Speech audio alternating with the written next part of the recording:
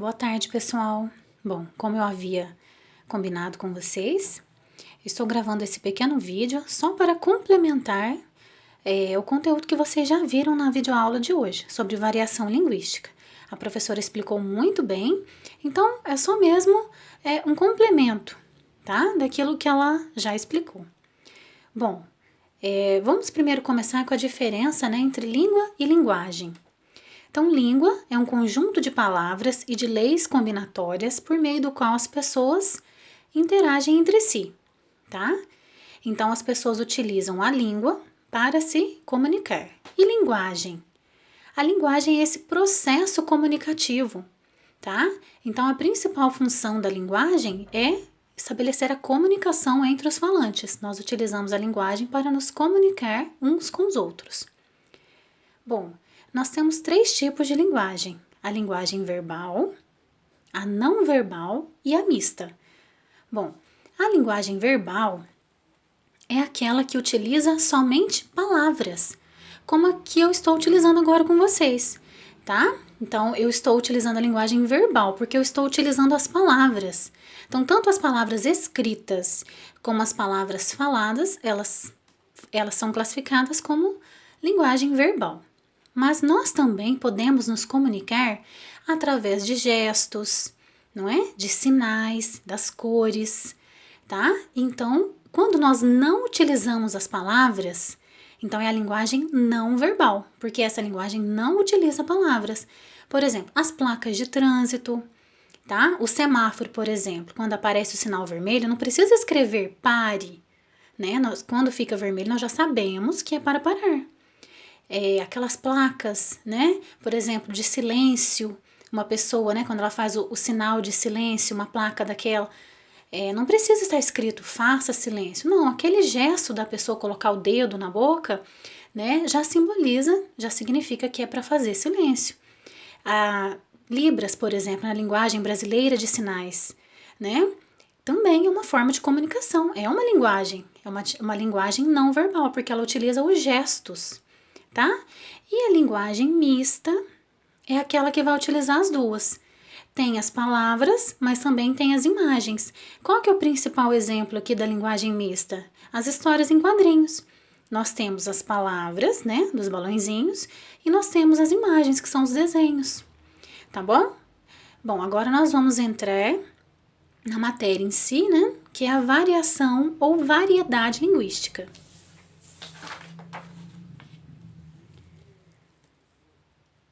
Bom, então variedade linguística são as variações que uma língua apresenta de acordo com as condições sociais, culturais, regionais em que ela é utilizada.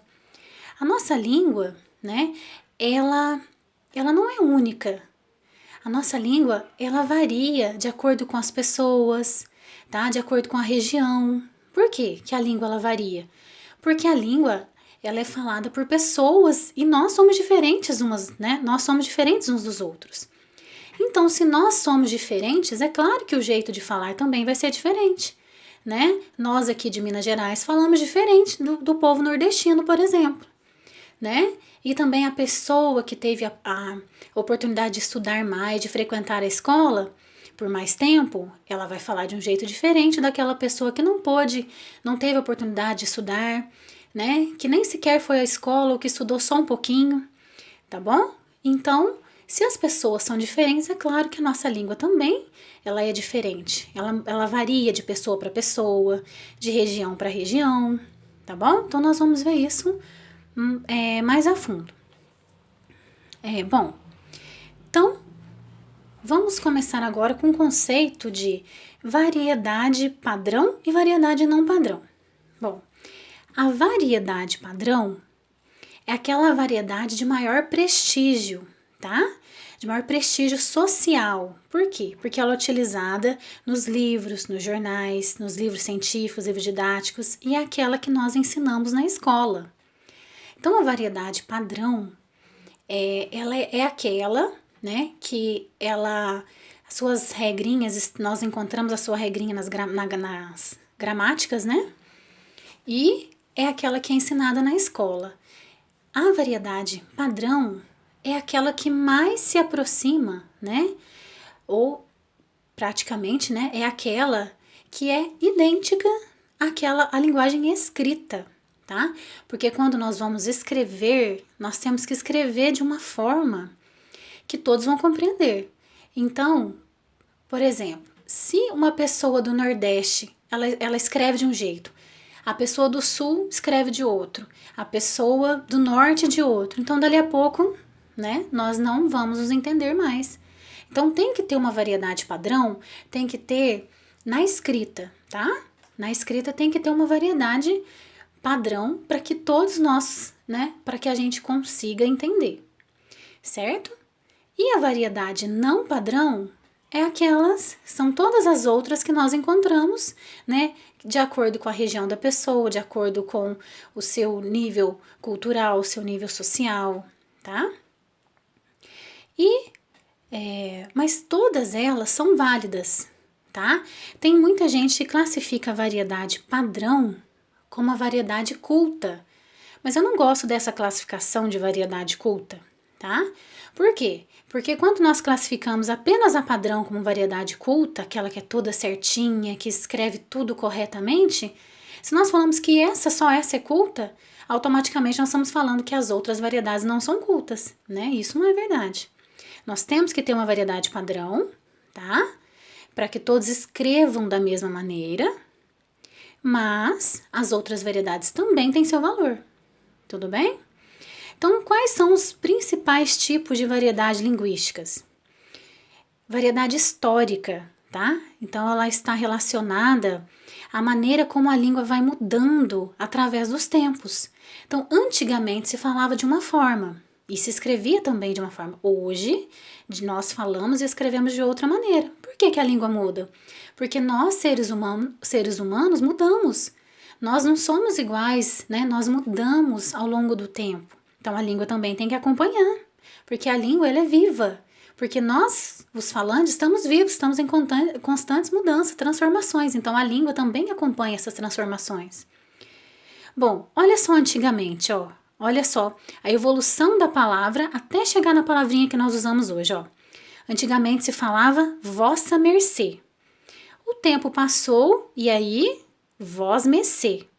Passou mais um pouquinho e chegamos até a palavra você, que é o que nós utilizamos hoje, tá? E se nós formos mais a fundo, nós veremos também que encontramos também a palavra você escrita de qual forma? Só o V e o C, não é verdade? Apesar de que ela não faz parte da variedade padrão, mas ela também é válida, né? E olha para você ver a palavra farmácia. Antes ela era escrita com PH e hoje com F, tá? Então a língua mudou, ela muda através dos tempos. Então temos a variedade histórica. Temos também a variedade regional, né? As palavras são diferentes de acordo com a região de cada falante, tá? Por exemplo, na nossa região aqui nós falamos mandioca. Mas lá no Nordeste, por exemplo, Norte e Nordeste, eles utilizam a palavra aipim e macaxeira. O pão francês, nós aqui na nossa região, nós conhecemos o pãozinho, né, o pão francês, dessa forma. Mas lá no Rio de Janeiro, olha como ele é escrito, olha. Ele é chamado de pão de sal. E no Rio Grande do Sul, cacetinho, né? Lá no Ceará, carioquinha. Então, de acordo com cada região tem seu dialeto diferente, tem suas palavras, né? E nós não podemos falar que uma região está certa e a outra errada, não. Tá? São variedades diferentes, não tem uma que é certa e outra errada, tá bom? São apenas variedades diferentes. Bom, nós temos a variedade social, tá? Ela está relacionada aos grupos sociais. Então, essa variedade social, ela engloba fatores como idade. Como assim idade? As pessoas mais jovens, elas falam diferente das pessoas mais velhas, né? Se vocês observarem como seus avós falam diferente de vocês, não é verdade? Então, a idade, ela influencia muito no modo como as pessoas falam. O sexo, as mulheres falam diferente, as meninas, né, falam diferente dos homens. Olha só a forma de cumprimentar. Quando um menino, né, dois garotos se encontram, né? Eles se cumprimentam de um jeito, fazem sinais, usam palavras às vezes até meio grosseiras, né? E as meninas não, elas se cumprimentam de outra forma, né? De uma forma mais delicada. Oi, amiga, tudo bem? Né? Então, as mulheres também, a forma de falar das mulheres é diferente dos homens. Classe social.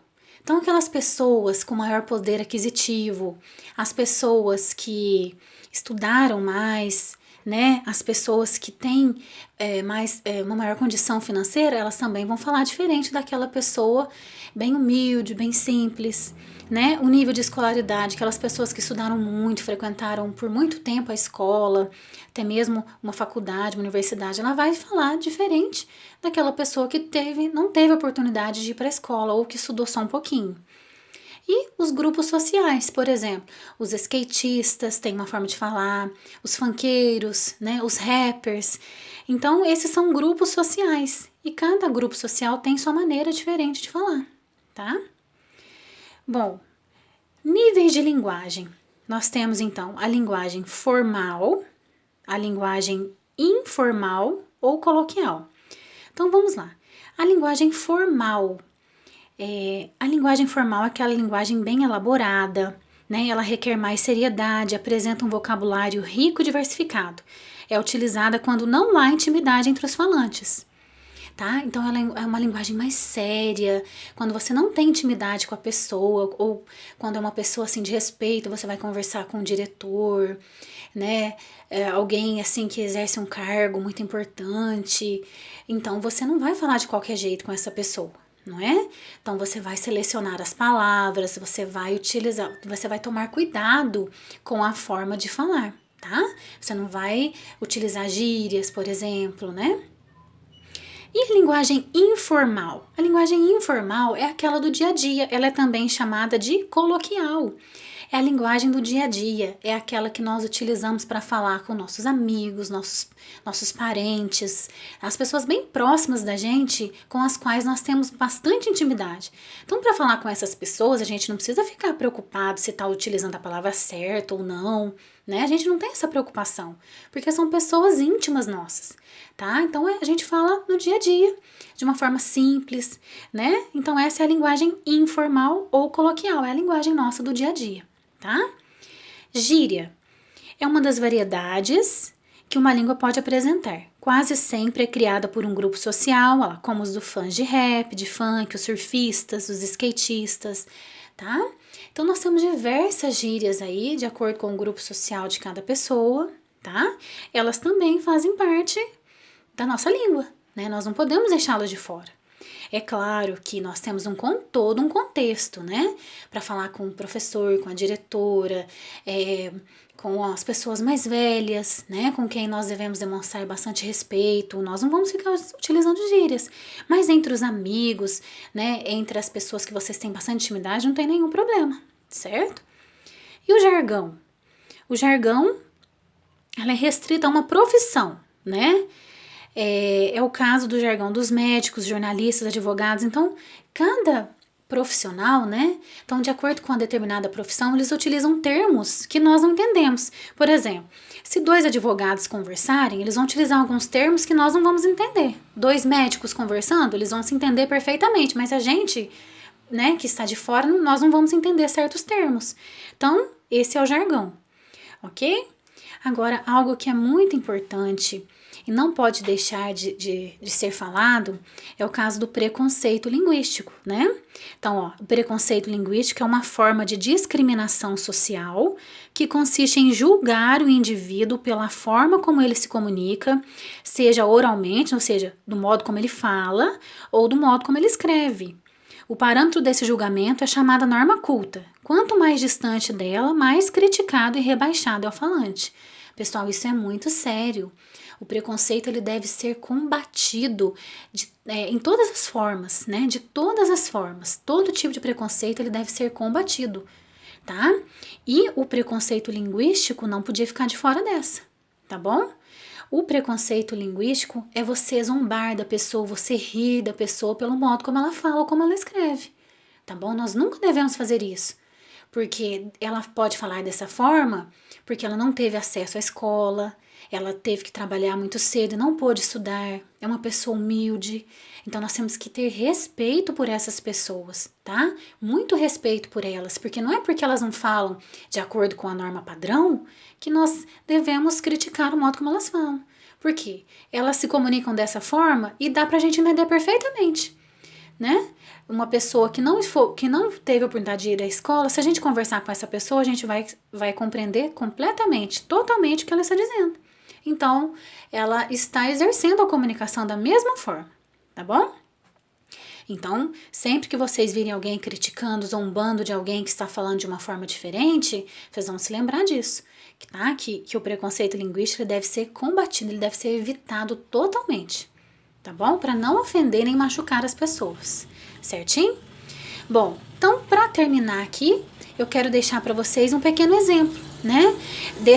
Dessa matéria, né? Variedade linguística ou variação linguística, que a nossa língua ela é comparada a um guarda-roupa. Como assim comparar a língua portuguesa com guarda-roupa, professora?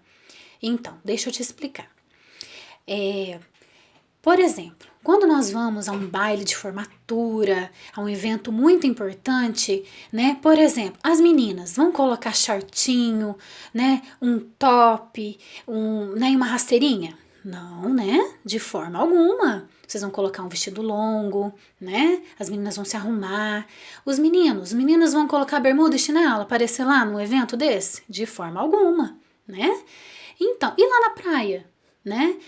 Vocês já viram alguém lá na praia de terno e gravata? Uma moça de vestido longo lá na praia? Não, né? Agora na praia sim, podemos usar um shortinho, rasteirinha, aí sim está adequado, né? Então a mesma coisa, quando nós estamos com os amigos, com as pessoas, né, com as quais nós temos intimidade, nós vamos utilizar uma linguagem simples, sem preocupação, né, se nós estamos falando certinho ou não, que palavras que nós vamos utilizar, nós não precisamos disso. Mas quando nós formos falar com pessoas assim, importantes, né, nós não vamos ficar usando gíria. Já pensou se a gente for conversar com alguém importante, um diretor, um prefeito, algo assim, a gente chegar e falar, e aí, mano, tudo bem? Como é que tá? Né, não pega bem de forma alguma. Então, nós temos que utilizar as palavras corretamente, ter uma preocupação com a linguagem, com as palavras que nós vamos utilizar. Bom, pessoal, espero que vocês tenham compreendido e qualquer dúvida eu estou à disposição, ok? Abraço, fiquem com Deus.